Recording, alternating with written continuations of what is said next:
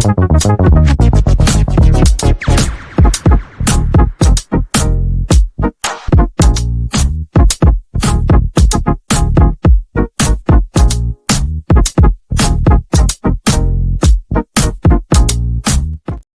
afternoon and welcome back to the West Ham, or morning, or depending on what part of the world you're watching from.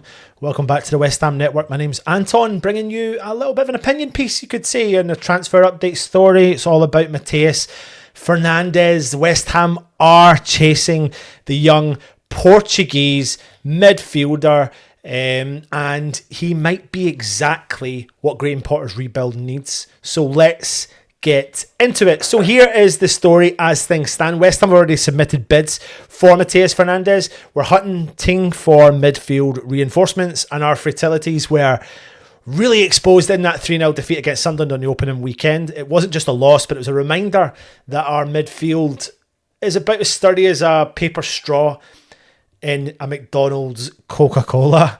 Ridiculous, isn't it? But our first bid of £30 million, flat out rejected by Southampton, and the word is our second bid won't be enough either to tempt Southampton parting ways. Now, classic West Ham really think we can haggle like we're on holiday at a market stall, but Southampton are having none of it, as many clubs are not having any of it. Now, Fernandes has 4 years left in his deal, so they're under no pressure to sell on the cheap.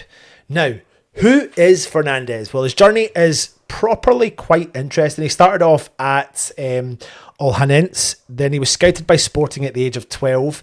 And remember, Sporting's Academy is the same one that produced Ronaldo, Charisma, Figo. Bit like graduating from Hogwarts. You know, there's going to be a bit of magic in there somewhere, somehow. And he rose through the ranks, made a senior debut for Sporting in 2022. And then went on loan to Estoril, and the loan was massive for him. 35 games, a goal, 3 assists, and experience of playing both in attacking midfield and a deeper in a double pivot in the midfield, and it showed his versatility and maturity beyond his years at that time. He returned to Sporting and has already been trusted by the manager, coming in on extra time during the Portuguese Super Cup defeat to Porto and being the first player off the bench in Sporting's opening game of that season, and that tells you that he is rated quite highly. And here's the key factors. He's a complete and utter number 8. He's one of the brightest talents in Portugal right now. So let's break it down. He has big strength. His strengths are his passing, his through balls, his vision, his press, resistance, stamina, defensive ability, his development areas, you know, maybe the amount of shots he could do. In other words, he could shoot a little bit more. But think of him as your all-round midfielder, a solid ball winner, athletic, powerful when carrying the ball, outstanding, good passing, great vision for that pass as well, still key dribbling in tight areas, and he can strike a ball. He can strike a ball. He just maybe needs to strike the ball a little bit more. But basically, if you built a midfielder in Football Manager, he'd look a lot like Fernandes in terms of his versatility. Now, one of my favourite attributes in Fernandes is his ability to play those perfectly weighted through balls. You know, the type passes that curve away from the defenders but land perfectly into the stride of the attacker. No adjustments needed. He does it all. Reverse passes, chip passes, over the top, threaded through the lines. If you look back at Nottingham Forest's goal at the weekend against Brentford, when you look at Chris Wood making that run without even looking to see where the ball is, the midfielder knows he's making that run, and that's something I definitely think that we lack. And it's funny because if you bring in a player like Fernandes, you're going to have to look for the recruit